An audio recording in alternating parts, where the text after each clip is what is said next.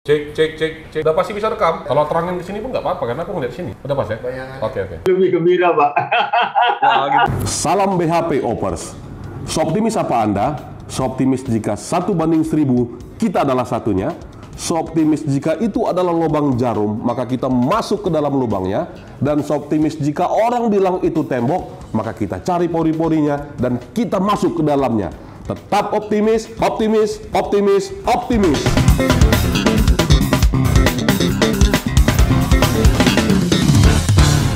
Jumpa lagi di Dr. CO Channel. Salam BHP, optimis, optimis, optimis. Optimis. Hari ini kita akan berbincang dengan Bapak Siswo Sujanto, Dr. Andes Siswo Sujanto Dea. Kalau menurut saya seorang guru, karena saya pernah merasakan pengajarannya Pak Siswo pada saat mengambil sertifikat legal auditor di Jim Lee School sekitar tahun 2020. Hari ini kita akan berbincang dengan tema pentingnya pengetahuan anak muda BUMN tentang pengelolaan aset BUMN. Dan saya rasa ini pakarnya adalah Bapak Siswo Sujanto yang akan membagikan kepada kita semua anak-anak muda BUMN tetap optimis terus dalam melakukan pengurusan aksi korporasi di BUMN. Selamat sore, Pak Siswo. Selamat sore, optimis. Optimis, Pak. Ya, Pak Siswo, senang nih bisa dapat kesempatan dari Pak Siswo nih hari ini, Pak Siswo. Saya lebih gembira, Pak. Wah, gitu. Pak Siswo sehat, Pak?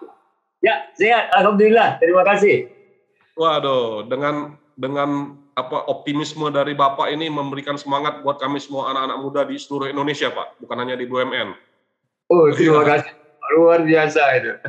Iya, Pak Siswo, ini kan channel yang dibangun anak-anak muda di BUMN, Pak Siswo. Tapi kan Begitu, kita Pak. juga masih punya keterbatasan anak-anak muda sekarang tentang pengetahuan pengelolaan BUMN, Pak Siswo.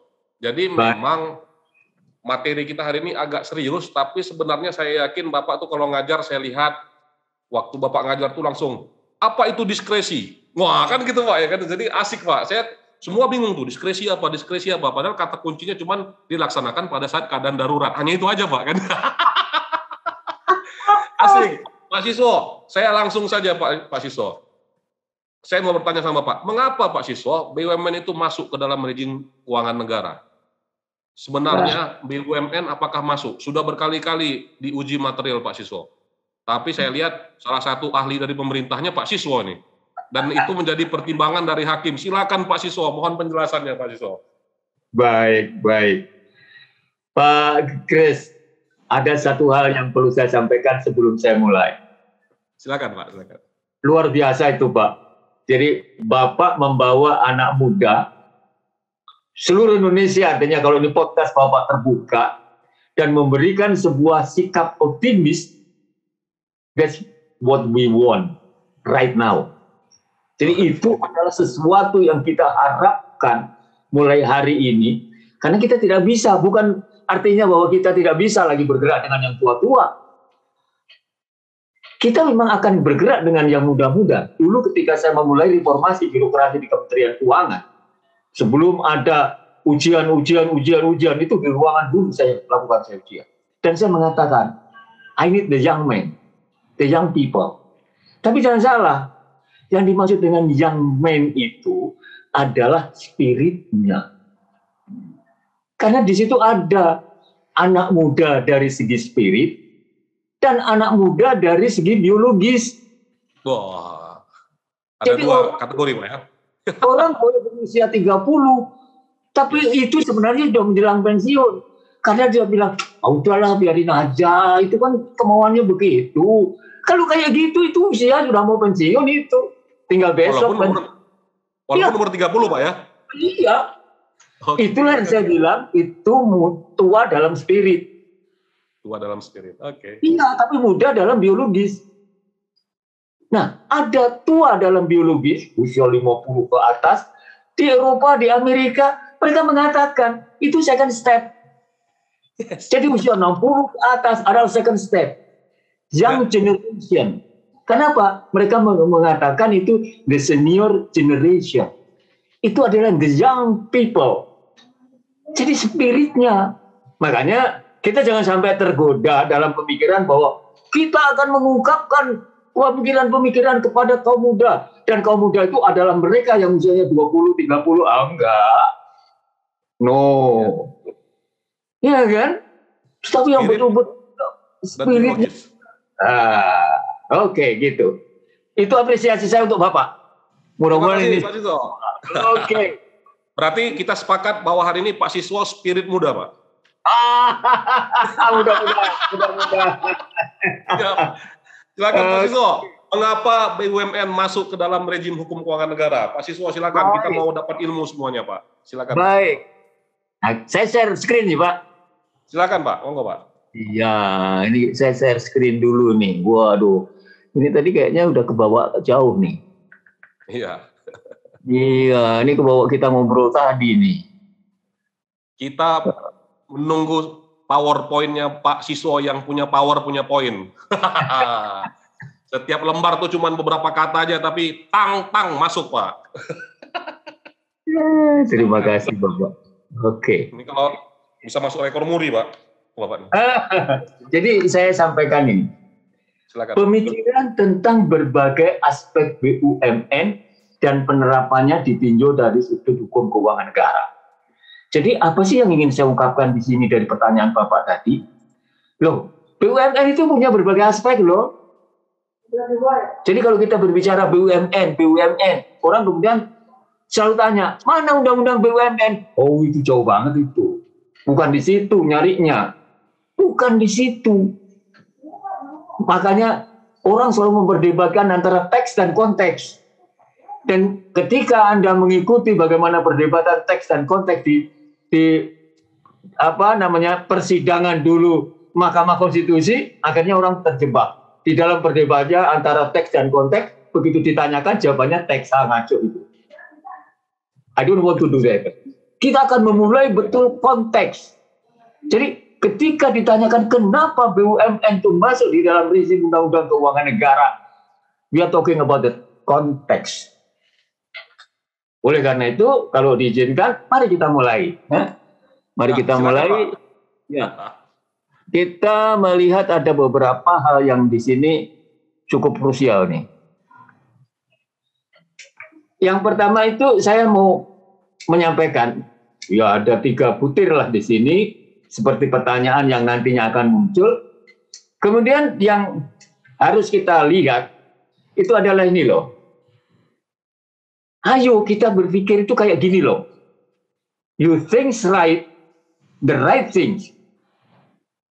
Ayo kita semua berpikir dengan benar. Berpikir dengan cara yang benar. Tentang sesuatu yang benar. Jadi please, berpikirnya itu benar loh.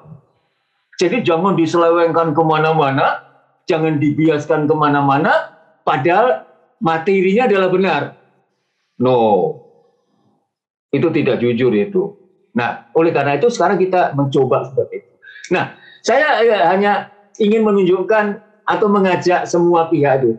Loh, cara berpikir yang benar itu ternyata kayak gini loh hierarkinya. Jadi saya kira saya hanya merefresh saja, Pak. Kalau kawan-kawan yang pernah kuliah di Fakultas Hukum gitu kan, selalu diajak itu berpikir, inilah hierarki berpikir model siapa? Stephen Bauer atau siapalah gitu kan. Kita selalu mengembalikan segala sesuatunya pada filosofi. Philosophical thing. Kemudian dari bawahnya itu, filosofi itu melahirkan sebuah kaidah atau sistem. Maka kalau kita berbicara sistem keuangan negara, kita harus menguji kembali filosofinya itu apa. Benar enggak? Kaidah yang dibuat tadi benar nggak dengan filosofinya? Nanti kita juga akan berbicara gitu. Kemudian berikutnya, dari kaidah sistem itu kemudian dibuatlah bagaimana cara. Maka lahirlah norma. Norma adalah sebuah cara memperlakukan sesuatu. Nah, norma-norma itulah kemudian dibukukan. Itu yang sering diperdebatkan, gitu kan. Kemudian di bawah norma itu ada ketentuan lagi. Wah, yang lebih rendah dari itu, dan itu lebih lebih luar biasa itu. Makin banyak, makin tidak bisa dipahami. Nah, saya ajak Anda semuanya. Kalau Anda mau berbicara tentang BUMN, Anda mau cek di bawah ini ada namanya norma. Norma ini adalah undang-undang BUMN. Anda cek kaidahnya, sistemnya. Sesuai nggak norma ini dengan sistemnya? Sudah itu, Anda cocokin apakah ini sesuai nggak dengan filosofinya. Baru Anda perdebatkan. Jangan kita memperdebatkan sesuatu yang satunya pakai A, satunya pakai B, kemudian filosofinya di tengah, dua-duanya nggak ada. Nah, inilah yang kemudian muncul pemilu yang hebat kalau di Indonesia. Ahli hukum itu 4 orang, pendapatnya 6, 7, 8. Iya kan? Bukan hanya 4 orang, pendapatnya 5. Tetapi kalau itu dikembalikan pada pemikiran seperti ini tadi, maka yang ada di sini diterjemahkan atau diartikan atau dimaknakan sesuai dengan pemikiran yang ada di sini, dan pemikiran yang ada di sini itu mestinya sih tafsirannya tunggal. Mestinya. Ya kan? Nah. Oke, ini ada pertanyaan yang tadi Bapak sampaikan. Pak Kris, kita selalu dipertanyakan, kenapa sih BUMN itu masuk dalam rezim hukum keuangan negara? Dan kemudian sekarang para profesor punya sebuah teori. Dari sebuah universitas yang terkenal itu para profesornya menyusun sebuah teori yang disebut dengan teori transformasi. Wah, dia mengatakan bahwa aset negara yang dibawa ke BUMN itu telah mengalami sebuah transformasi dari aset negara menjadi aset privat. Hebat itu. Nah, pertanyaan saya, ketika di dalam sebuah perdebatan, beberapa orangnya itu yang bukan ahlinya, topnya, benar saya tanya, tolong tunjukkan ke saya, kapan titik atau kapan momen transformasi itu terjadi? Nobody can. Gak ada satupun orang yang bisa ngomong. Loh, kenapa begitu?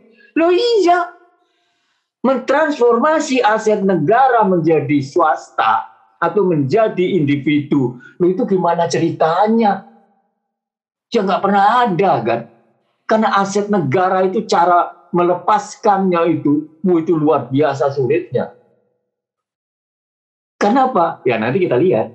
Ya. Oke, jadi kita lihat lahirnya pemikiran tentang badan usaha milik negara. Nah, ini kan sebuah titik yang harus kita pahami kenapa dia lahir. Jadi sebelum membaca undang-undang BUMN itu kecil itu.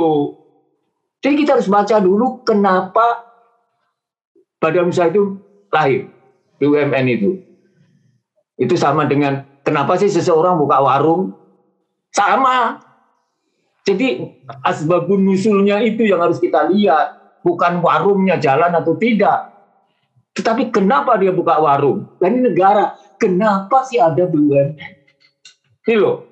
Historis filosofisnya kayak gini. Kalau kita berbicara keuangan negara, orang selalu bicara duit.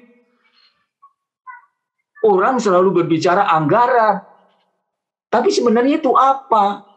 Ternyata yang dimaksud dengan keuangan negara itu adalah akibat hubungan antara pemerintah dan rakyat. Jadi ketika negara dan rakyat itu berhubungan, hubungannya diatur oleh sebuah dokumen atau sebuah tatanan yang kita kenal dengan hukum tata negara.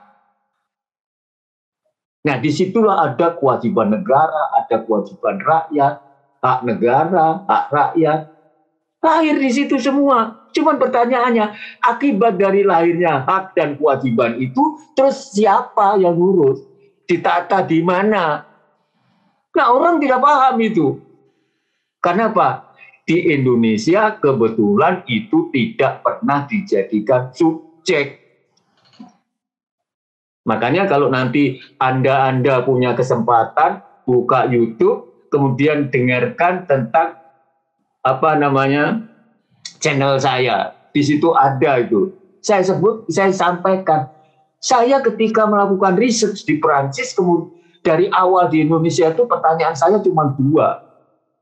Kenapa sih yang namanya Undang-Undang Dasar Republik Indonesia itu mengatur hukum undang-undang keuangan, mengatur keuangan negara di satu bab, yaitu bab 8. Cuma anehnya, dari satu bab 8 yang begitu luasnya, cuma ada satu pasal, yaitu pasal 23. Ya. Ada yang lebih aneh lagi, dari pasal 23 itu cuma hanya ada satu ayat yang benar-benar bercerita tentang keuangan negara. Yang lainnya nggak ada. So what? So how? Ya, ternyata saya membaca sebuah perpustakaan. Oh, ketika itu memang tidak pernah dibahas sama sekali. Bayangkan Anda, sebuah negara yang mengatur hubungan antara masyarakat dengan pemerintahnya dan cara atau akibatnya tidak pernah dituangkan dalam sebuah dokumen penataan. Yaitu, inilah yang menyebabkan kita tidak pernah punya undang-undang keuangan negara. Nah, ini loh yang sebenarnya harus kita pahami betul ketika kita berbicara tentang negara dan rakyat. Saya selalu menyampaikan, kan gitu ya Pak Kris ya. Ini saya nggak usah selalu mengajak menjelaskan tentang ada dialog imajiner. Ya. Jadi pada suatu saat, ya kan gitu kan, pada sekelompok masyarakat nih, belum ada negara. Ya, Pak. Sekelompok masyarakat itu mengatakan, kami itu ingin sejahtera. Bagaimana caranya? Nah, karena tidak ada yang bisa jawab, dikumpulkanlah para bijak. Nah, kan? Para bijak itu dikumpulkan, kemudian dijadikan kalau hari ini satgas kali. Maka kepada satgas itu mereka tanya, kami itu bagaimana bisa bahagia, bisa sejahtera? Kemudian satgas itu justru kembali bertanya, Mas, Mbak Yu, Ibu, Bapak, yang Anda maksud dengan sejahtera itu apa?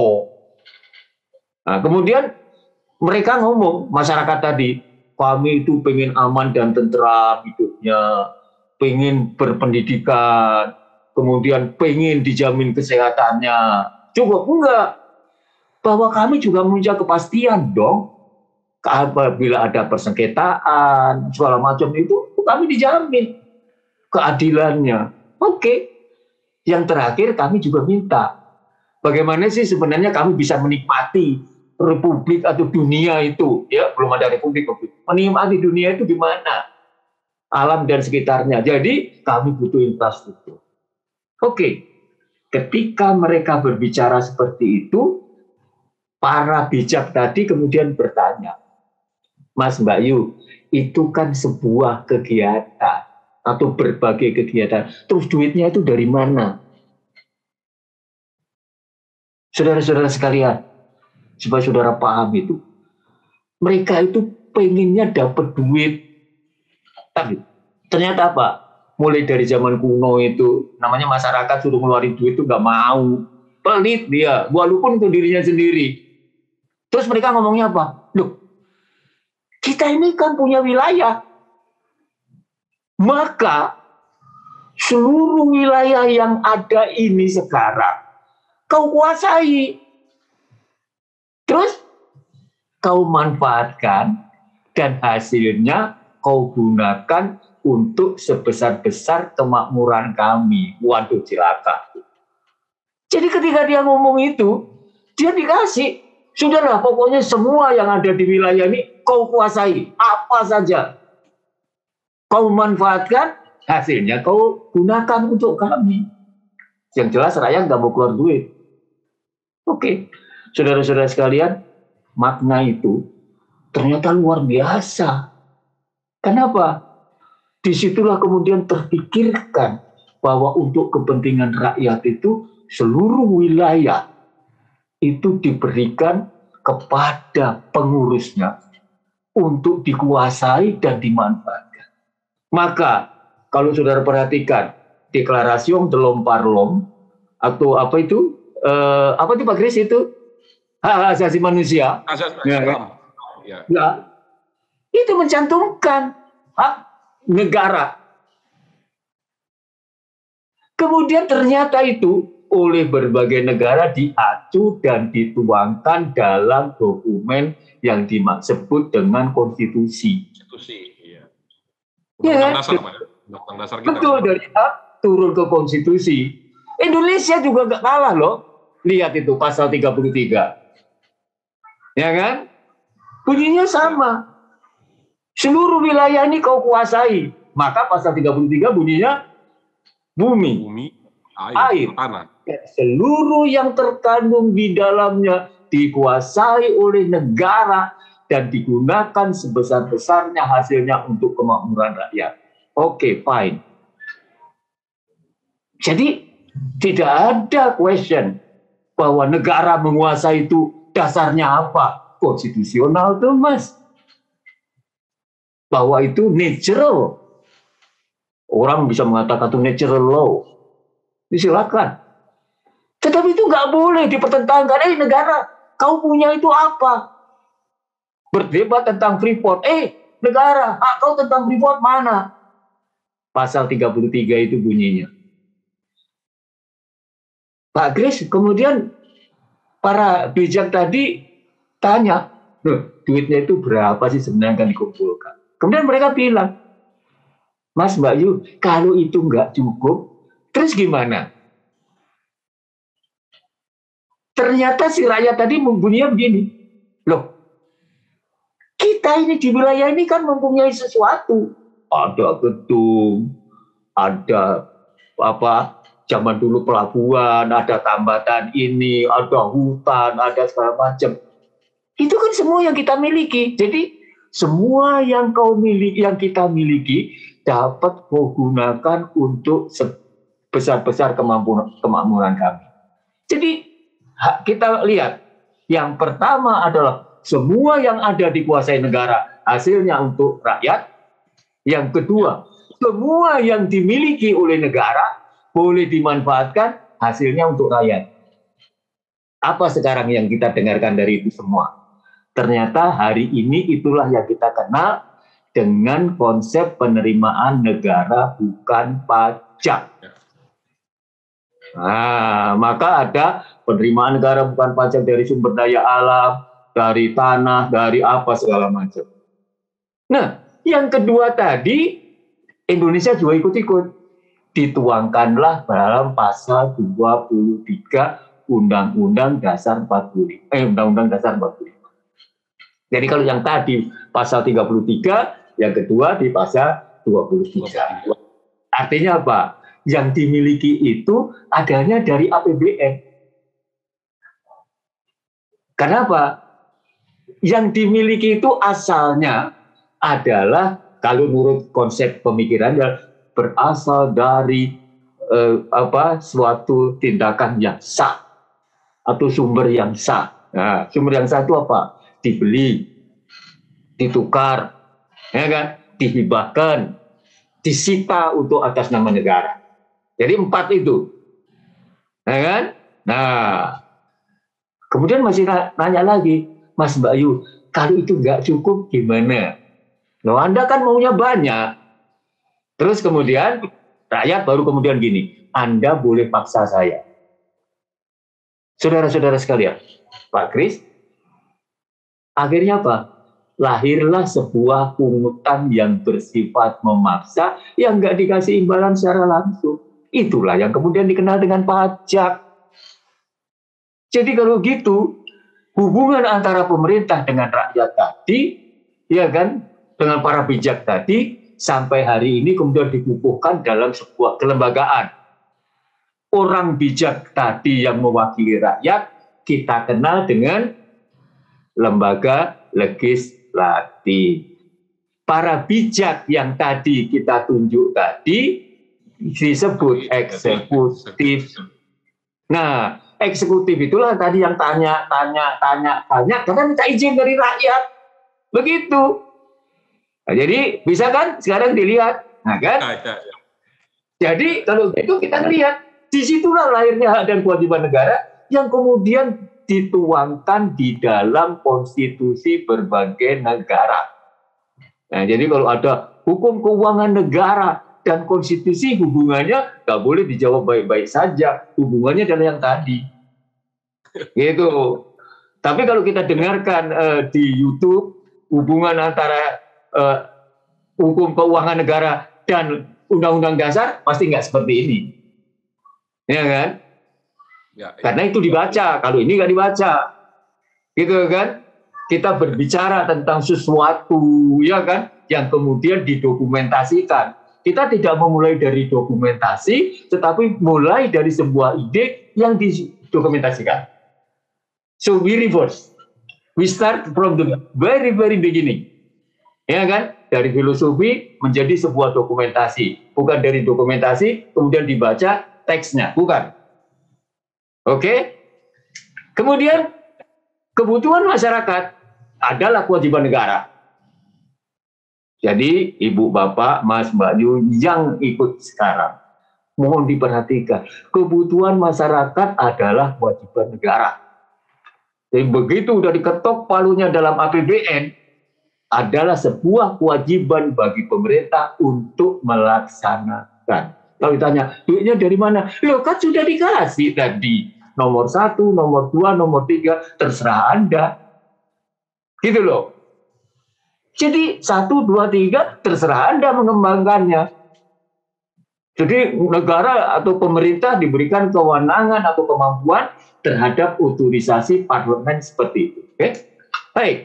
Jadi kewajiban negara mengakibatkan pengeluaran negara. So they need money. Pertanyaan, where does money come from?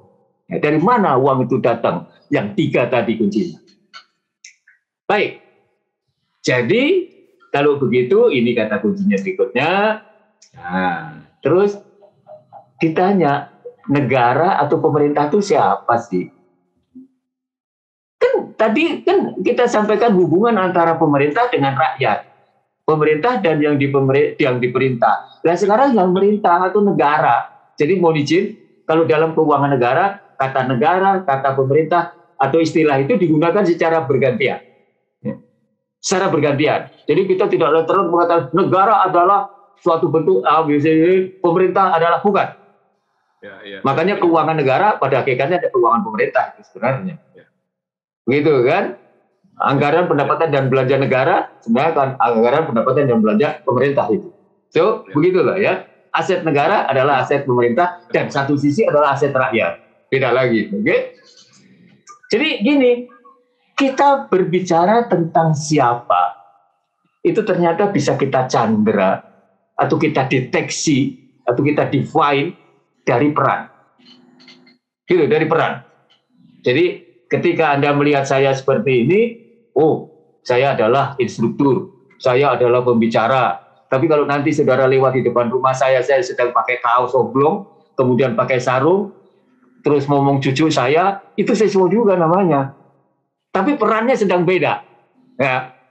Jadi kita bisa mendeteksi, mendefine seseorang berdasarkan peran. Nah, pemerintah juga begitu. Yang pertama, pemerintah itu adalah penyedia barang dan jasa publik. Jadi pemerintah itu adalah penyedia barang dan jasa publik. Ingat kan tadi kita mendiskusikan, tolong kami sejahterakan kami dan itu. Jadi kalau gitu siapa? Pemerintah itu adalah otoritas. Pemerintah adalah otoritas. Nah, pemerintah itu harus menyediakan layanan kepada masyarakat yang berbentuk layanan dasar. Ibu, Bapak, nanti kalau berbicara layanan dasar, tolong baca di dalam buku ekonomi publik, ya kan? Di situ ada yang disebut dengan public goods. Nah, dia punya ciri-ciri.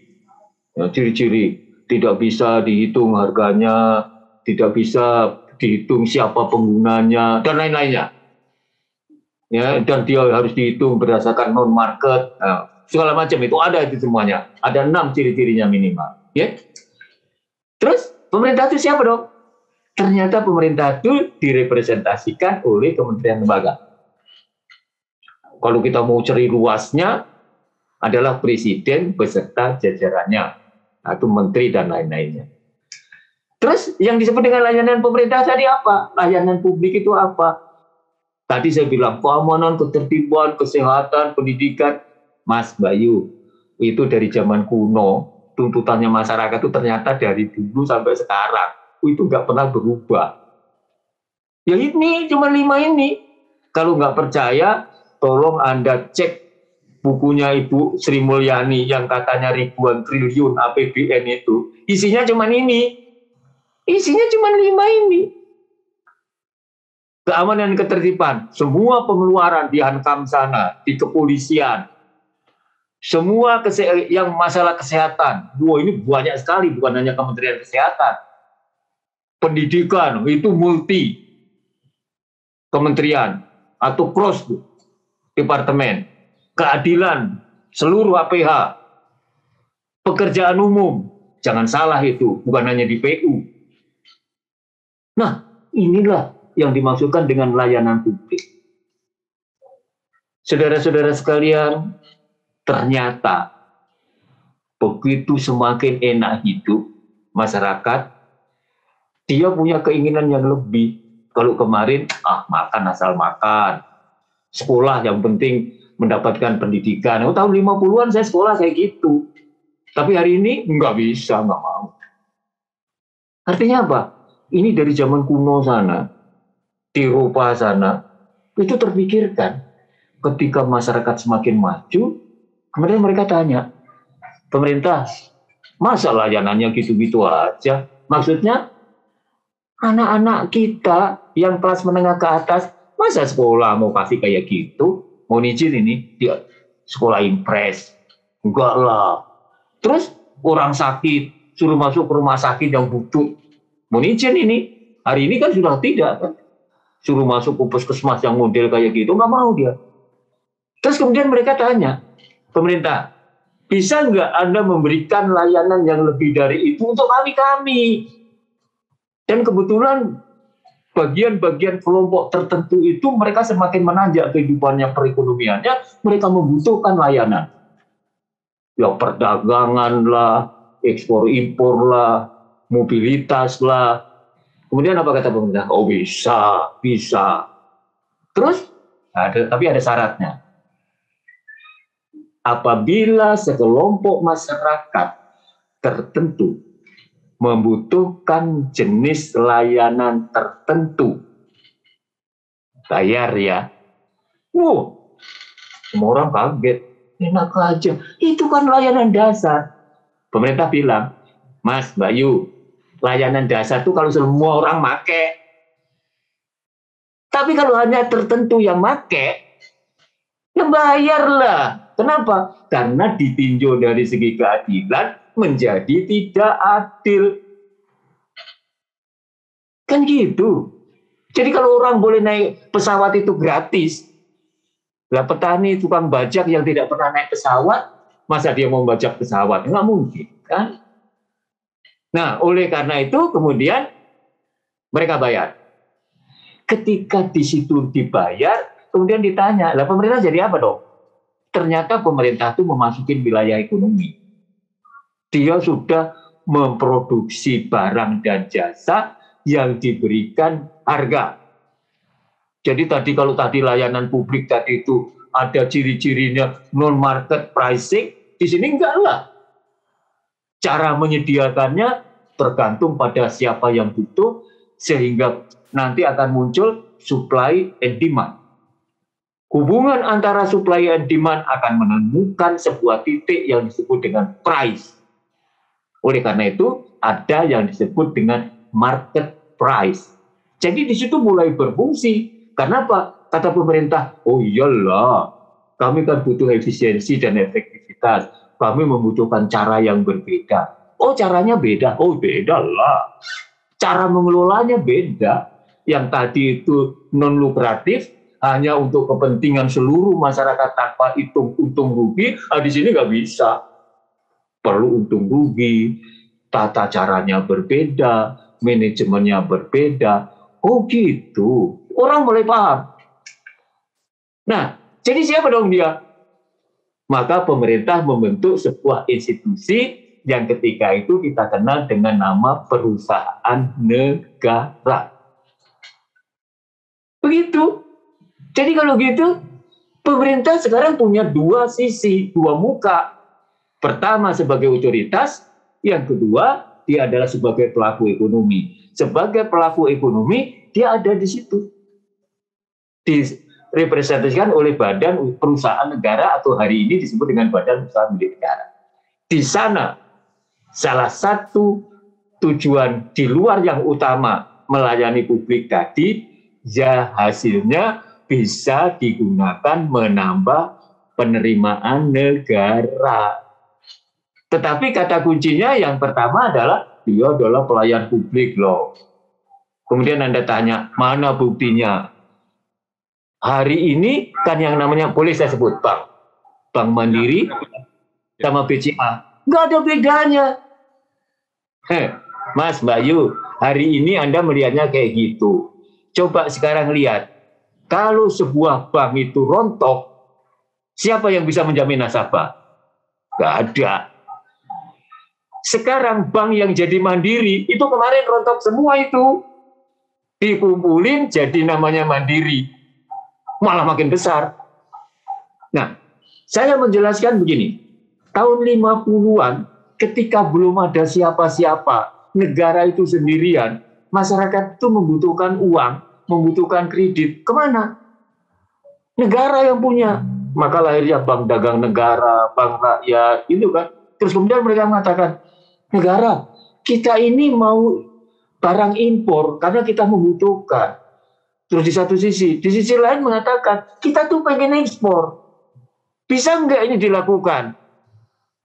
Nggak ada ketika itu eksportir, nggak ada ketika itu importir.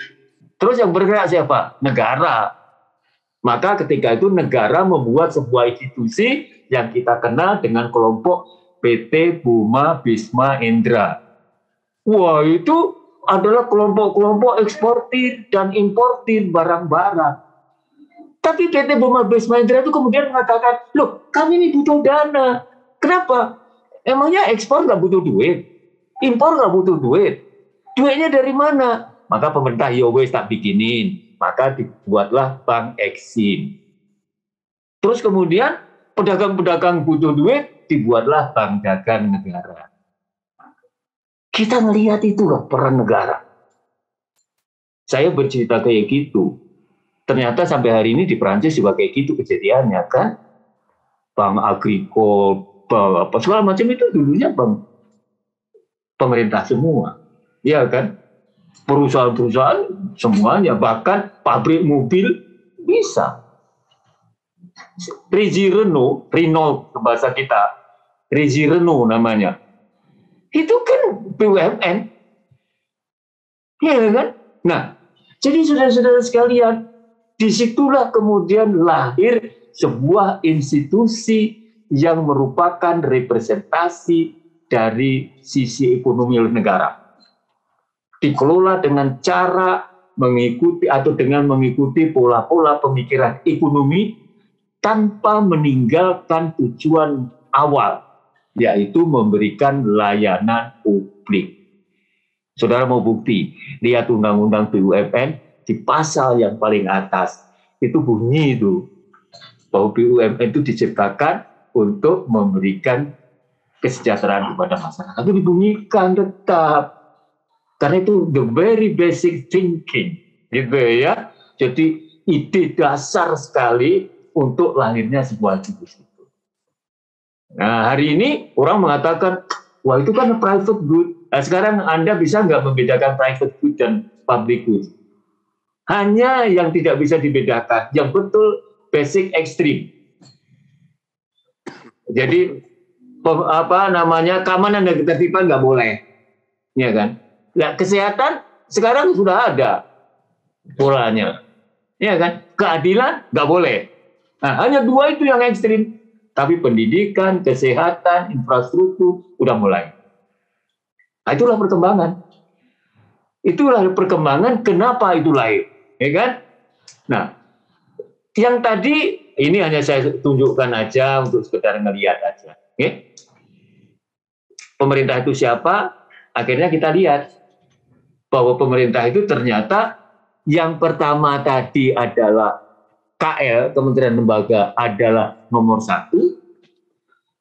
Yang tadi kita sebut sebagai pol ekstrim, nomor 2-nya adalah badan usaha milik negara. Tapi kalau saudara perhatikan, kok ada institusi pemerintah dengan otonomi khusus? Oh iya, di luar negeri juga ada yang disebut dengan Public Autonomous Agency.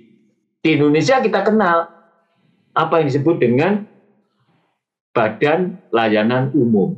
Adalah sebuah lembaga atau institusi pemerintah yang berada di bawah kementerian lembaga, tapi dikelola dengan spirit badan usaha milik negara. Pak Kris, itu badannya itu benar-benar kementerian lembaga, tapi spiritnya adalah BUMN, ora iso. Karena orang nggak bisa. Karena dia akan tetap berpikir, saya adalah saya. Loh, padahal dalam dunia modern, ternyata enggak. Orang boleh sarungan, tapi berpikirnya IT. Wah, sudah dengan canggihnya pakai 5G, bukan 4G. Sarungan dia. Contoh misalnya, di Jepang kita lihat dengan cara sikap yang tradisional, berpikirnya begitu luar biasa. Nah kita enggak, kita pengen sejajar terus. Kalau berpikirnya luar biasa, pakai jas, pakai dasi. Lupa pakai sarung, pakai baju biasa. Padahal enggak tuh. Nah, itulah yang kita sebut dengan Public Autonomous Agency. Makanya mereka menuduh saya menyelipkan pasal di dalam Undang-Undang Nomor 1. Jadi pasal 68, 69 tentang BLU adalah pasal selipan karena tidak bisa ditemukan konsep teorinya di mana-mana. Padahal mereka yang nggak ngerti. BLU disebut dengan PK, pengelolaan keuangan. Artinya apa? Cara ngelola uangnya. Kalau lembaganya kagak. Nah itu yang mereka tidak paham. Jadi menuduh saya secara salah. Kemudian yang terakhir adalah institusi pemegang kebijakan negara. Itu no question. Bapak masuk mana? OJK masuk mana? Mereka adalah pemegang kebijakan moneter. Di bawah kendali Bank Sentral. Sama, pemegang kebijakan pangan. Nah, kalau zaman dulu jadikan BUMN itu salah. Dia adalah pemegang kebijakan negara. Itu adalah bagian dari pemerintah. Dan apa yang mereka kelola kita sebut dengan keuangan negara. Oke. Jadi kalau itu kemudian kita simpulkan itu bahwa secara kelembagaan kita kenal lembaga pengelola kekayaan negara yang tidak dipisahkan, itu kita kenal dengan kementerian lembaga. Lembaga pengelola kekayaan negara yang dipisahkan, kita kenal dengan semua lembaga yang tadi saya sebutkan. Kalau kita diagramkan seperti ini Pak Kris. Ya? Itu sehingga dengan demikian cakupan keuangan negara dari segi subjek adalah ini. So, terjawab kan bahwa BUMN itu masuk keuangan negara, kenapa? Kan gitu kan? Jangan dibaca pasalnya. Ya kan? Kita baca pasal tidak mengerti latar belakang, asbabun nuzulnya, ya nggak tahu lah. Nggak ketemu. Oke. It responds your question or not? Menjawab pertanyaan? Ya, menjawab pertanyaan? Menjawab pertanyaan? Sangat menjawab pertanyaan Pak Siswa. Sangat. Terima kasih. Ya mudah-mudahan bisa menjadi apa titik awal untuk bisa memasuki dunia yang semakin membutuhkan masalah-masalah seperti ini Pak Kris. Siap Pak Siswa. Thank you very much to you ya. Iya Pak. Silakan. Yang kedua Pak Siswa. Kan ini kan? Ya. Penjelasan terkait pengelolaan keuangan negara di BUMN. Ya. Jadi kalau kita tanyakan sebenarnya gini, bagaimana sih sebenarnya BUMN itu dikelola? Kan itu kan? Ya, itu Pak. Sama nggak dengan swasta? Nah, pertanyaannya gini, segi apa sih? Kalau segi teknis operasionalnya sama. Jual, beli, ya kan? Kemudian mereka membukukan, mereka diaudit, keluar untung rugi, sama. Iya kan? Ya, tapi itu in term of technical. Tapi ketika kita berbicara pengelolaan dalam arti luas tentang pengelolaan keuangannya yang ada di situ, kita baru harus memasuki wilayah ini. Kita akan membuat sebuah dikotomi. Nah, kalau nggak bisa jelas. Ya. Itu kan sama dengan logo Bapak itu kan, hitam putih, jelas. Iya kan? Tidak abu-abu, bukan abu-abu Pak ya, hitam. Iya, benar. Maka kita buatkan dikotomi Ya. antara korporasi dan BUMN. Kita dikotomize. Sudah jelas. Sekarang kita lihat pemikiran tentang korporasi. What is corporate? What is corporation? Iya kan? Ternyata kejadiannya gini loh. Ada individu-individu pada kaya-kaya. Uangnya numpuk-numpuk di bawah bantal, di bawah kasur. Kemudian ada orang yang berpikir, gimana sih caranya itu supaya diaktifin, menghasilkan? Oh gampang, kita kumpulkan. Terus semua dari yang dikumpulkan nanti kita serahkan pada orang yang pinter. Biar dia mengelola, biar dia menghasilkan. Oh benar. Maka setiap individu naruh duit, naruh duit, naruh duit, naruh duit, naruh duit. Ibu bapak, Mas Bayu, konsekuensi naruh tadi, kalau di sini punya utang, lembaga yang ini bisa kelihatan nggak Pak? Bisa Pak, bisa Pak. Oke. Kalau lembaga ini punya utang, nggak boleh utangnya ke sini. Nggak boleh, karena kan dia sebatas naruh. Inilah yang kemudian kita kenal sebagai korporasi, dikelola oleh sekelompok expert. Karena orang-orang ini tidak pandai. Inilah dalam cerita yang sangat ringkas yang disebut dengan teori agency. Jadi di sini dikelola sedemikian rupa, hasilnya nanti dibagi ke sini. Tapi kalau punya utang, utangnya tetap ini. Bagaimana dia bisa kayak gitu? Bisa. Kita bentuk dia sebagai sebuah badan. Jadi kalau ada badan wadah manusia, kemudian ada badan hukum. Nah, kan? Ada dalam konsep Perancisnya disebut dengan person fisik dan person moral. Ya kan? Maka ini adalah sebuah badan dengan keterbatasan.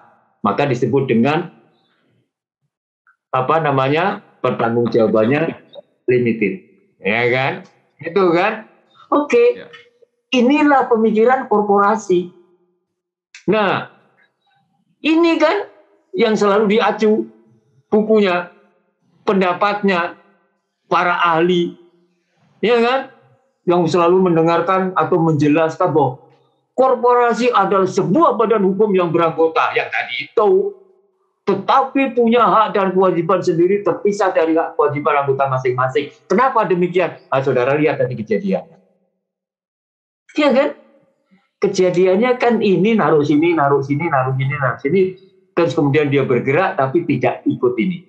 Yang bergerak dia, maka di sini terbatas. Tanggung jawabnya hanya yang dikasih doang. Begitu, maka didefinisikan seperti ini dalam kepustakaan. Nah ini kalau kita baca buku yang di Eropa sana, Utrecht punya, yang akhirnya menjadi acuan di kepustakaan di Republik kita, kan itu. Terus, korporasi itu punya sifat private. Itu individu yang tidak pernah dia care sama tetangganya. Enggak, motifnya cuma satu. Daripada uang ditaruh di bawah bantal diam, bagaimana kalau dia bisa aktif dan punya keuntungan? Jadi motifnya adalah profit. Dasar pengelolaannya agency teori. Diserahkan kepada sekelompok expert, dia yang mengelola dengan pernyataan nanti kau tak bayarin. Ekspertisnya dibayar, kemampuannya dibayar. Sekarang kalau BUMN, begitu enggak? Coba Anda perhatikan. Ini loh sebuah kenyataan. Ketika tadi orang berpikir, wah kami membutuhkan sebuah layanan, kemudian layanan itu dibuatkan oleh pemerintah, kemudian ada pertanyaan. Di Eropa ahli hukum keuangan negara juga rewel, sangat rewel, dan dia sangat konsisten. Dia tanya, Mas Bayu, kalau lembaga yang tadi Anda sebut punya nuansa ekonomi, punya tujuan profit juga di samping melayani publik. Pertanyaan satu, pengeluarannya itu Anda maksudkan sebagai pengeluaran negara enggak? Gak bisa jawab. Gak bisa jawab. Mula-mula mereka mengatakan iya. Nah, kesalahan pikir itu dilakukan di Indonesia, Bapak. Ketika zaman Hindia Belanda. Maka perusahaan yang ada lebih luas namanya Indische Bedrijvenwet. Jadi perusahaan-perusahaan yang tergolong atau tergabung dalam Indische Bedrijvenwet, perusahaan yang terbuka itu dananya itu APBN-nya Hindia Belanda. Terus kemudian dia punya, ada lagi perusahaan di bawah kementerian lembaga. Kalau Anda ingat Telkom, PTT dulu, Pos Telegraf dan Telepon, itu perusahaan tuh di bawah Departemen Perhubungan. Anda lihat lagi Damri, Anda lihat Pelni, Anda lihat PTKA, jadi DJKA, itu adalah perusahaan-perusahaan yang berkarakter publik di bawah kementerian lembaga. Nah, anggarannya di bawah anggaran kementerian lembaga. Kalau yang tadi, anggarannya dimasukkan di APBN dengan nomenklatur khusus. Kacau itu. Padahal di Prancis itu dipermasalahkan. Kalau Anda kayak gitu, itu nggak boleh. Kenapa? Gini loh, tak jelasin. Yang disebut dengan pengeluaran negara itu apa? Nah, kata para ahli itu. Ternyata pengeluaran negara itu didefinisikan adalah, jadi gini, d'après les caractères, menurut ciri-cirinya atau sifatnya, la dépense publique et l'emploi des deniers. Jadi yang dimaksud dengan pengeluaran negara adalah penggunaan aset negara. Aset itu artinya uang di sini. Terus ternyata masih ada lagi, destiné aux activités d'intérêt public, yang ditujukan untuk kepentingan masyarakat. Apa kata mereka? Kami juga kan perusahaan negara yang tadi itu uangnya dari negara ditujukan untuk kepentingan negara, rakyat. Sama. Tapi yang nomor 3 ditambah, conformément aux autorisations du budget.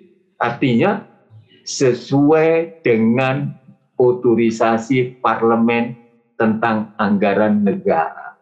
Wah, baru mereka kaget. Ternyata perusahaan-perusahaan negara itu tidak berada di dalam APBN. Jadi Indonesia itu salah dari zaman kunonya.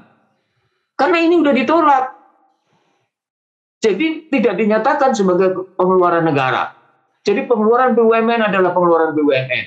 Tidak boleh dinyatakan sebagai pengeluaran negara sebagaimana layaknya yang ada di kementerian lembaga. Oke. Nah, kalau gitu timbullah sebuah pertentangan. Jadi tapi clear bahwa BUMN atau perusahaan negara tidak boleh berada di APBN. Itu dalam konsep teori yang betul. Oke, fine. Akhirnya mereka membuat kesepakatan. Oke, kalau gitu kita buatlah lembaga yang namanya sui generis. So what is sui generis? Lihat di kamus. Sui generis itu ternyata artinya dia sama tapi berbeda. Dapat diberikan status yang sangat khusus. Jadi lembaganya sama-sama lembaga pemerintah, ya tadi kan. Tetapi dikelola secara khusus. Oke, fine. Nah, disitulah kemudian terbedakan. Ya, bukan dibedakan, terbedakan. Lembaga yang benar-benar mengelola uang tujuan untuk rakyat yang dikelola dalam sistem APBN, yang satunya adalah mengelola uang negara untuk tujuan rakyat dan masih ada tujuan lainnya dan dikelola di luar sistem APBN. Jadi dengan kesimpulan bahwa yang disebut dengan BUMN atau setaranya adalah sebuah lembaga sui generis, yaitu lembaga pengelola kekayaan negara yang dikelola di luar sistem APBN. Oke. Jadi dalam kenyataannya ternyata begitu kita perhatikan, oposisi itu tadi permasalahan menyangkut birokrasi dan korporasi. Kenapa? Ternyata Ibu, Bapak, Mas Bayu mengelola negara dengan mengelola BUMN itu ada sebuah kata yang berbeda. Ketika satu kata, ya istilah yang disebut dengan efisiensi, itu birokrasi itu mengatakan yang disebut dengan efisiensi menurut konsep birokrasi adalah marginal cost dibagi marginal benefit. Kalau korporasi, input dan output. Oh beda. Nah disitulah cara berpikir yang harus dibedakan. Jadi banyak sekali aspeknya yang harus kita pahami. Jadi kalau gitu BUMN itu apa? BUMN adalah pengelola kekayaan negara yang dipisahkan. Yang artinya dia dikelola di luar sistem APBN.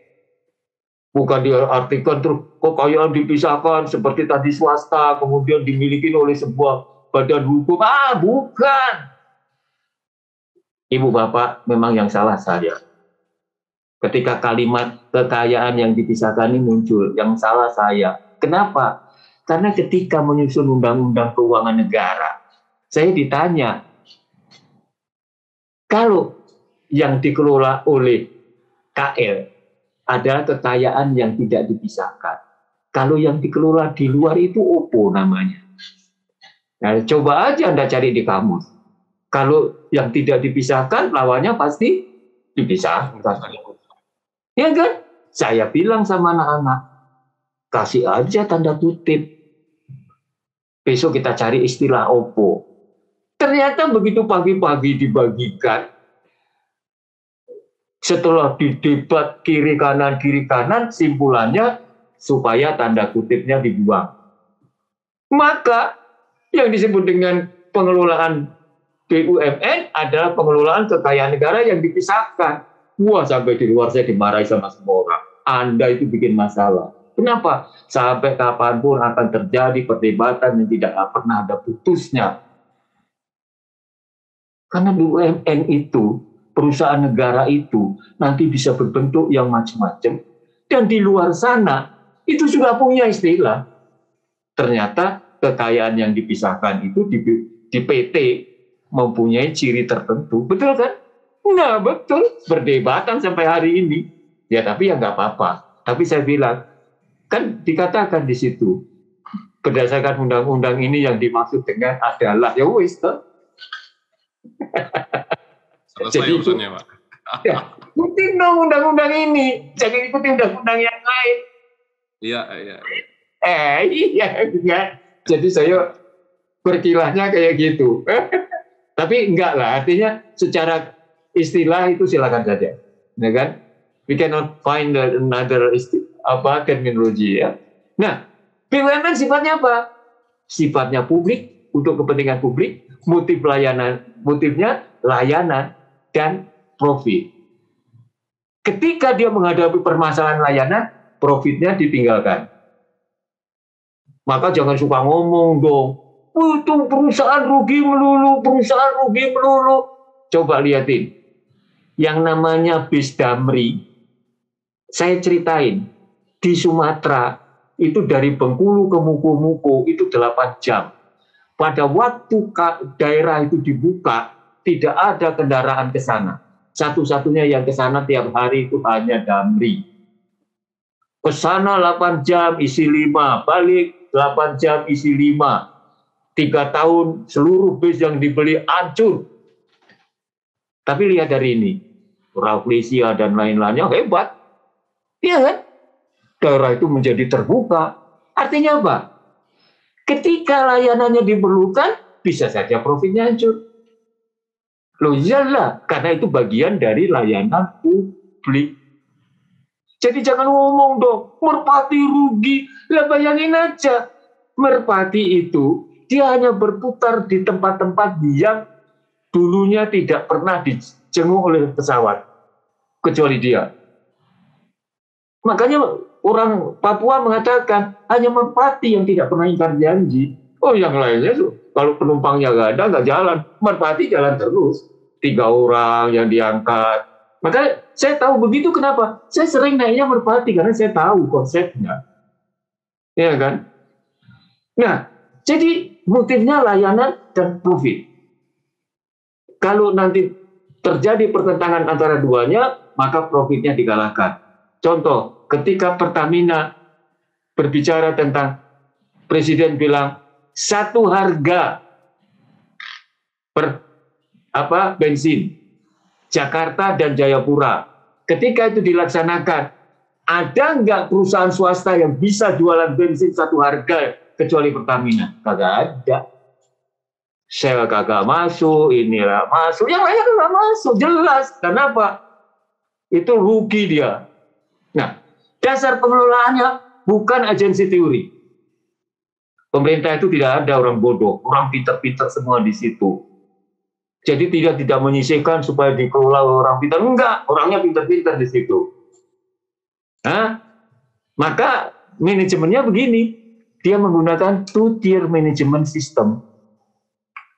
Jadi bertingkat pengelolaannya. Jadi kalau kita diagramkan, nantinya akan kelihatan di sini adalah Menteri Keuangan sebagai pemilik dan Menteri BUMN sebagai wakil pemilik.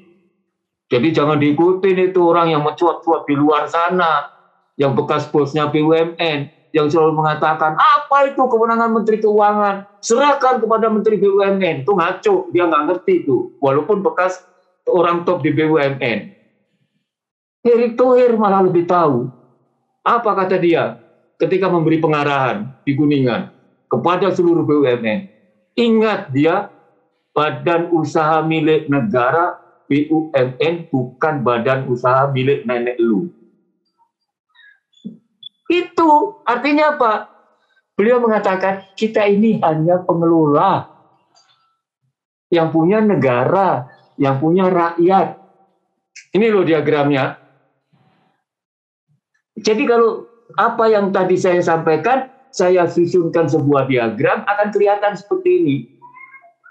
Bahwa BUMN itu atau perusahaan negara itu yang punya rakyat.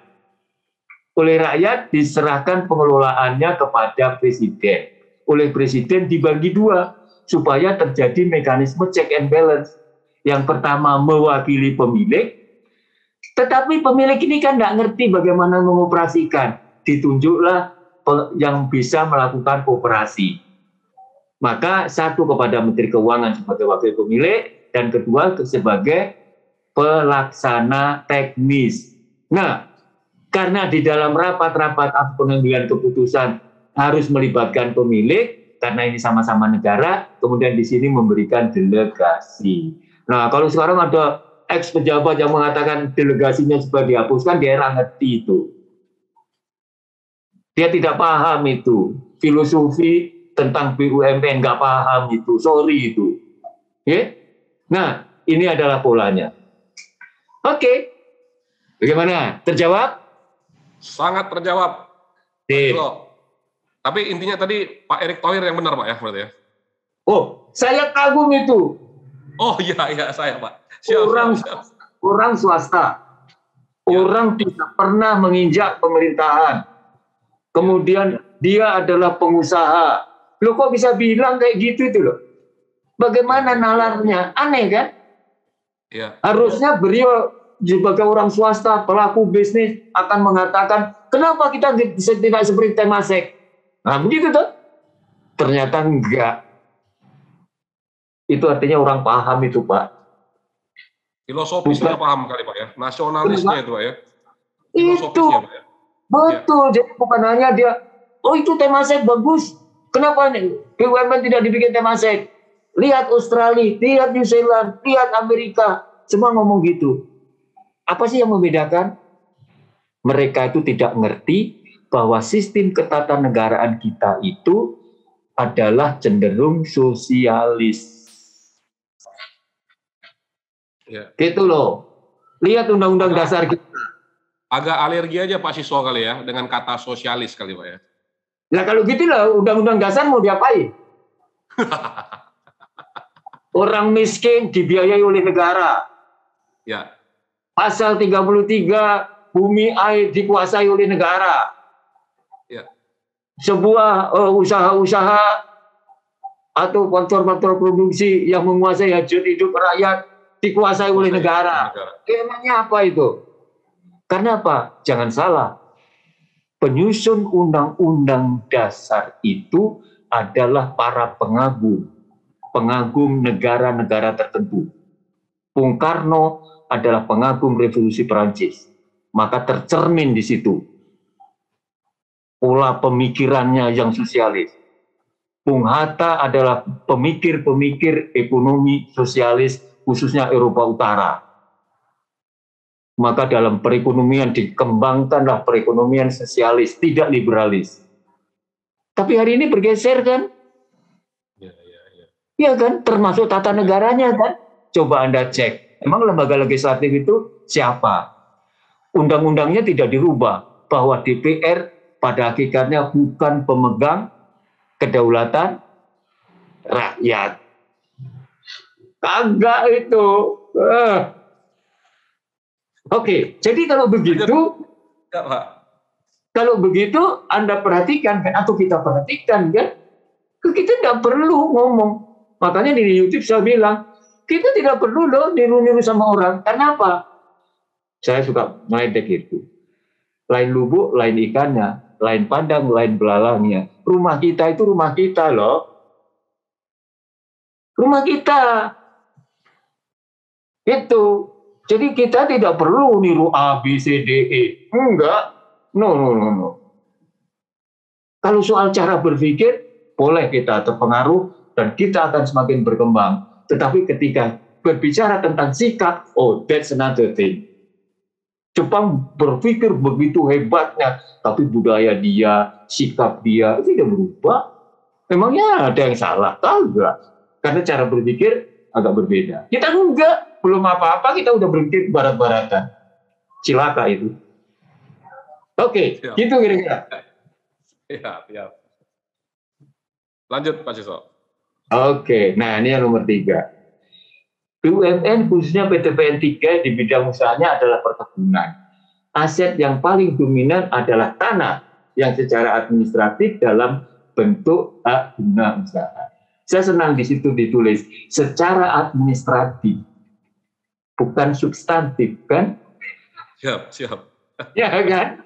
Ya itu yang harus kita dengar. Bagaimana status pencatatan aset negara dikelola PTPN 3 sebagai BUMN jika hak guna usaha berakhir?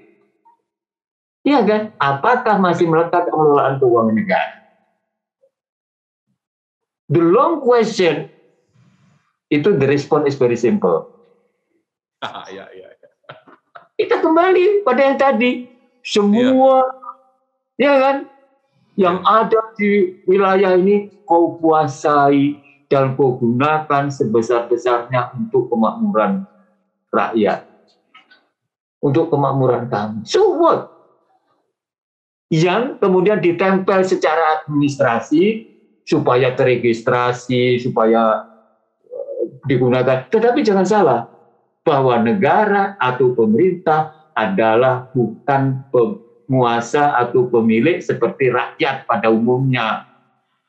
Karena rakyat punya motif pribadi, negara tidak punya motif pribadi. Karena negara itu siapa? Gitu loh. Ya. Jadi kalau dia dikasih guna usaha, hasil usahanya untuk rakyat. Ya. Kalau si A dikasih guna usaha, usahanya dia buat dia sama cucunya, anak cucunya kan? Ya. Loh, orang ini kan sudah jelas sekali, itu clear, crystal clear. Jadi betul-betul tidak bisa dibantah. Tetapi kemudian yang terjadi di lapangan ini dikacaukan, Ya. dibiaskan seolah-olah negara, rakyat itu apa? Itu kan juga orang, person, iya kan? Satunya person, satunya begitu kan? Bukan begitulah. Makanya sekarang coba lihatin pemikiran tentang aset negara itu kayak apa? Menurut Undang-Undang Dasar 45 ini loh. Tadi saya sudah sampaikan, penguasaan aset negara itu pada pasal 33. Artinya, kalau tidak ada satu orang pun yang bisa mengatakan itu punya saya, maka negara punya kewenangan mengatakan itu saya kuasai. Pertanyaan saya, statement kayak gitu masih nggak dipegang sampai hari ini? Ya, orang duduk di suatu tempat, dia sudah 30 tahun katanya, terus kemudian negara bilang, itu punya saya, itu di bawah kekuasaan saya. Dia enak bisa, mana buktinya? Iya kan? Coba itu yang di Bogor. Mana buktinya? Kami sudah di situ lebih 30 tahun. Kami beli dari penggarap. Loh, apa urusannya? Iya kan? Wah, terus akhirnya mau, iya kan? Coba, sekarang ada sengketa lagi kan di daerah Sentul kan? Wah, itu tanah harusnya dikembalikan pada penggarap. Itu milik rakyat. Loh, lah rakyat itu rakyat semana? Kan saya tadi juga mengatakan sekelompok masyarakat yang kemudian menempatkan diri sebagai rakyat. Yang namanya rakyat itu di DPR sana loh. Bukan rakyat di Sentul, rakyat di dekatnya Bogor situ, bukan dekatnya Puncak, bukan begitu cara berpikirnya, itu bias itu. By filosofis itu bias. Saya nggak tahu harus bagaimana saya. Karena di dalam perdebatan ketika berkaitan dengan aset misalnya, saya kebetulan adalah ahli tentang aset yang ada di Nusa Tenggara Timur. Ya begini, kita memperdebatkan. Saya sampaikan, silakan kalau ada yang bisa menunjukkan ketentuannya bahwa ketika ini kemudian dimiliki rakyat itu silakan aja gitu. Tetapi bagi filosofi inilah sudut pandang keuangan negara yang dimulai dari cara berpikir secara historis filosofis, kemudian dituangkan di dalam berbagai ketentuan atau dokumen negara yang kita kenal dengan konstitusi, baru kemudian dimunculkan dalam pasal-pasal berikutnya. Tapi dalam kenyataan tidak seperti itu. Monggo. Nah, jadi seperti yang tadi saya sampaikan, penguasaan terhadap aset negara itu pasal 33, karena filosofinya bunyi begitu. Kemudian pasal 23 itu jelas negara membeli melalui APBN dengan perolehan yang sah. Kan? Satu, melalui APBN. Yang kedua, dia tukar. Ketiga, dibayar. Keempat, dia sita. Oh iyalah. Artinya atas putusan pengadilan kan? Itu sah itu semuanya. Nah, itulah bunyi pasal 23. Jadi kalau kita berbicara aset, harusnya kita merujuk pada pemikiran yang ada di pasal 33 dan pasal 23. Ya, tapi kemudian orang mengatakan, oh itu kan ada undang-undangnya sendiri. Nah, kemudian undang-undangnya dicoba diartikan dengan cara lain. Makanya Pak Kris tadi saya mohon, di depan tadi, things right, the right thing. Jangan diartikan dengan cara sendiri dong. Nah kan, harus tegak lurus dong. Kan ada kaidahnya atau sistemnya, ada filosofinya, tarik semuanya di situ. Itu caranya. Baik. Nah, inilah kemudian ketika kita menyusun undang-undang keuangan negara, di dalam konsideran mengingatnya itu kita pasang pasal 33 Undang-Undang Dasar 45. Kemudian itu kita kenalkan dengan namanya aset potensial negara. Untuk membedakan Yang satunya aset operasional. Aset operasional itu kalau Bapak punya gedung, nah, Bapak gunakan. Bapak punya uang, uangnya digunakan. Itu operasional. Yang potensial itu yang masih belum tergunakan, tetapi berada dalam kekuasaan atau kepemilikan. Di dalam penguasaan atau kepemilikan. Nah, inilah pengertian aset negara tadi. Berikutnya, inilah yang kemudian kita tuangkan di dalam pengertian apa yang dimaksud dengan aset negara itu. Ternyata definisi keuangan negara itu punya begini. Semua hak negara yang dapat dinilai dengan uang. Jadi aset yang potensial itu bisa dinilai dengan uang loh. Masa? Iya dong, kalau itu ada barang tambang, tambangnya digali, kemudian dijual, maka hasil penjualan itu adalah sejumlah uang negara. Nah, itulah dalam berbagai kasus yang saya sampaikan. Kalau ada orang menambang secara gelap, maka hasil tambangnya adalah mengambil aset negara. Begitu. Okay? Jadi, kalau gitu, aset operasional itu apa? Yang tadi, semua barang yang dibeli diperoleh atas beban APBN atau berasal dari perolehan belanja. Yang tadi itu, 1, 2, 3, 4. Oke. Nah, menurut Undang-Undang Keuangan Negara kayak apa? Inilah akhirnya definisi yang tadi saya sampaikan. Clear? Clear. Terjawab, Bapak? Terjawab. Jadi artinya, Pak Siswo, artinya PTPN adalah BUMN. BUMN adalah negara. Yes. Pengelolaan administratif itu yang terpisah. Kita harus pisahkan. HGU itu kan administratif sifatnya, Pak Siswo ya. Betul, betul. Bukan substantif. Jadi, ya, bukan substantif. Maka yang substantif adalah pengelolaan aset negara oleh BUMN, CQ, PTPN, laksanakan semuanya sesuai dengan tujuan konstitusi untuk mengelola aset. Right. Berarti untuk tujuan kepentingan rakyat. Yes. Tapi bukan rakyat yang seperti yang di pikiran orang sekarang, Pak Siswo ya. Segelintir orang. Iya.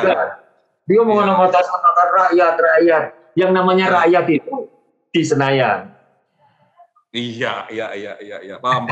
Iya, mantap. Oke, itu kan kita mulai dengan sebuah dialog imajiner.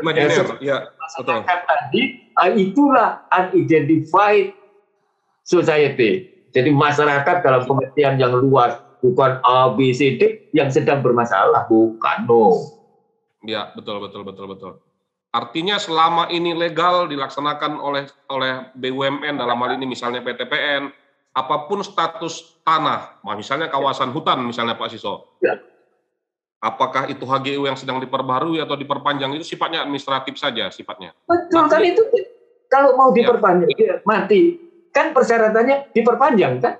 Ya, betul. Bukan berarti kalau mati terus dimatikan terus kan? Ya. Sepanjang itu dibutuhkan. Iya. Ya, betul. Clear Pak Siswo. Thank you. Siap. Lanjut Pak Siswo. Baik. Nah, ini closingnya Pak Siswo. Closing kan? Ya. Kita mendengar kata optimis, apa yang dapat Bapak gambarkan bagi anak muda di BUMN? Khususnya PTPN Group, ya kan? Ya. Untuk tetap semangat menjaga aset negara di bawah. Oke, karena di situ ada kata khususnya, kita bercerita kata umum dulu. Loh, iya dong. Ya. Guru tuh sah aja Pak, dia ngomong apa aja bener Pak kalau guru Pak. Kita akan berbicara kata umum dulu. Siap, silakan. Jadi begini, jangan kita terpengaruh sesuatu yang benar-benar kita tidak paham. Dengan mengatakan BUMN adalah sapi perah dan disitulah tempat korupsi dan disitulah yang menyebabkan negara tidak maju karena negara akan terhambat oleh langkah-langkah yang tidak benar tadi. Itu jangan Anda percaya.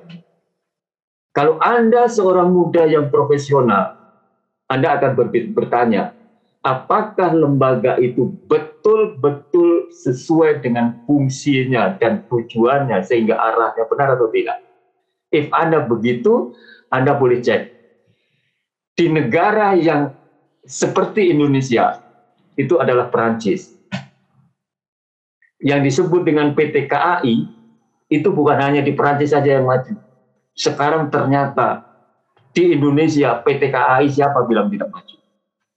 Artinya apa? Bahwa yang disebut dengan perusahaan negara itu bukan gembel. Oh, perusahaan negara itu bukan tempat korupsi. Oh, perusahaan negara itu adalah benar melayani rakyat dan betul hebat.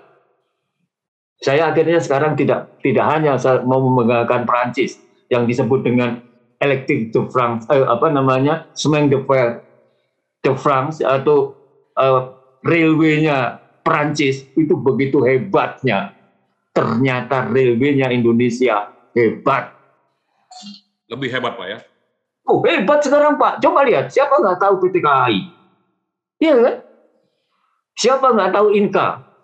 Walaupun itu tidak link and match, tetapi itu adalah satu komunitas. Iya kan? Betul. Dia ekspor gerbong kemana-mana. Dia menghasilkan keuntungan. Coba di Bangladesh ada, di Mesir ada. Saya tahu. Hebat itu. Di Prancis, Electric de France. Di sini PLN-nya tidak pernah rugi. Tidak pernah rugi. Bagus. Telkom punya dia. Terus apa lagi? Iya kan? Bank-bank punya dia. Bahkan perusahaan mobil yang tadi saya sebut, Renault itu bahasa kita. Itu perusahaan negara. Dan ternyata maju. Bisa bersaing kok. Kenapa? Mereka itu berada di bawah kendali para profesional. So, optimis itu adalah be a professional. Be a professional. Iya, ketahuan. Be a professional. Nah, orang untuk bisa profesional itu gimana? Know the knowledge. Know the knowledge. Know how to do. Know how to transmit. Atau know how to teach. Kemudian, disiplin and commit. 5 ini adalah profesional.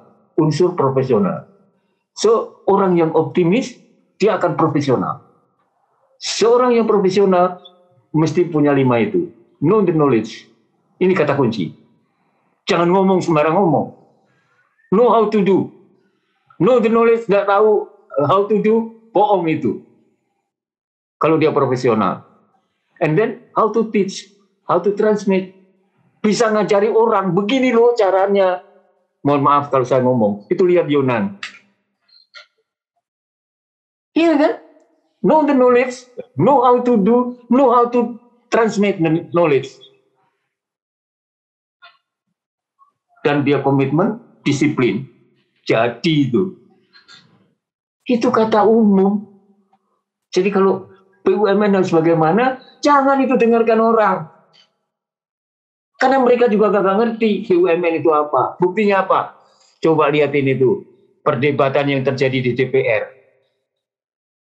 Mana ada sebuah BUMN dengan konsep-konsep yang begitu canggihnya disamakan dengan warung. Iya kan? Sampai dirutnya dimarah-marahi karena dia berpikir bagaimana dia bisa dapat duit, bagaimana caranya dia bisa jual. Itu kan nggak ngerti dia. Karena dia di rumahnya punya warung, dia pikir istrinya begitu. Itu kan lain, ya kan? Nah, khusus untuk PTPN ini tadi, ini kan masalah aset. Asetmu itu banyak yang tidak tergunakan secara atau termanfaatkan secara baik. Dan konyolnya lagi, harusnya kan itu diberikan tanda. Itu punya aku loh. Nah, di samping diberi tanda, harus selalu dipelihara, diingatkan kepada sekitarnya. Dengan cara kita itu menjelaskan, kita jalan, tunjukkan sama orang, ini punya aku loh, ini punya aku loh. Sehingga itu tidak akan diaku oleh orang lain. Kalau kita lihat PTPN, coba lihat di Sulawesi Selatan. Wah, dibikin kota idaman. Pemda. So, akhirnya apa? Pemda kan juga daerah, bukan juga negara. Dan untuk kepentingan rakyat, kenapa dari PTPN nggak dikasih kami? Wah, ini kacau ini. Kalau sudah ada yang kayak gitu jadi kacau. Ya, ya. Ya kan? Minta supaya PTPN tanahnya yang sudah diakui oleh Pemda kasih aja ke Pemda. Loh. Iya. Iyalah. Tetapi kan rumah itu ada kamar-kamarnya, Bapak. Iya kan? Kayak Bapak punya marga gitu kan. Dalam satu rumah besarnya kan ada kamar-kamarnya. Betul. Iya kan? Tidak bisa jadi satu. Mungkin ruang makan jadi satu lah gitu kan. Tapi kamar tidur kan masing-masing. Karena keluarga saya ada dari marga di tempat Bapak sana gitu. Jadi saya tahu cara berpikirnya. Nah, jadi maksud saya optimis yang pertama tadi adalah seperti itu, profesional dan dengan 5 ciri. Terus yang sekarang ini, ketika Anda optimis itu, ya Anda harus profesional. Dan profesional itu adalah seperti itu. Anda mengetahui betul kayak apa sih sebenarnya PTPN itu. Kemudian kepemilikannya kayak apa. Akan kita gunakan untuk apa. Artinya password-nya harus kita tahu. Ya kan? Nah, that's all. Jadi sebenarnya anak muda ini Pak Siswa, kalau saya bisa, ini sekian panjangnya 1 jam, hampir 1 jam lebih nih Pak Siswa. Iya. Muda itu harus diajak berpikir fundamental dulu Pak Siswa ya, secara filosofis. Jadi jangan mentang-mentang anak muda nggak mau berpikir gitu. Akhirnya tren Barat, tren yang akhirnya diambil tuh akhirnya salah. Dan kalau sudah salah, akhirnya nantinya jika diberikan amanah sebagai pemimpin, salah lagi melakukan pengelolaan terhadap BUMN Pak Siswa ya. Iya. Gitu kan. Ya, jadi yang paling penting kita tahu dulu fundamental secara filosofis bagaimana BUMN ini dilahirkan di negara kita, bagaimana BUMN ini dikelola dengan sistem keuangan negara, tapi versinya kita. Sehingga nantinya anak-anak muda ini memiliki semangat untuk menjaga aset negara sekaligus juga bisa edukasi terhadap rakyat-rakyat yang belum mengerti ya Pak Siswa ya. Betul Bapak, itu yang harus kita lakukan. Itu poinnya Pak Siswa. Terima kasih Pak Siswa. Sama-sama Pak Kris ya. Ya, ada lagi mau disampaikan Pak Siswa, udah closing ya tadi ya? Iya, jadi saya sebenarnya gini, ketika saya dulu masih dinas, boleh lah orang cerita. Orang pensiunan itu kan suka cerita itu cerita kuno. Mudah-mudahan ada manfaatnya. Jadi dulu sama anak-anak yang kita sekolahkan di luar negeri, terus terutama yang mereka ikut short course, saya selalu mengatakan, jangan jadi turis ya. Apa maksudnya jadi turis itu? Jadi gini, Pak Kris coba lihatin, orang-orang yang pergi ke Eropa atau ibu-ibu yang pergi ke Eropa, terutama ke negeri Belanda, dia jalan-jalan, istrinya melihat taman bunga yang begitu indahnya, apa katanya? Pak, coba itu kalau ditanam di kebun rumah belakang itu, wah hebat gitu. Suaminya dengar begitu tergerak dia, kemudian dia beli bijinya, beli benihnya. Pertanyaan, tumbuh nggak?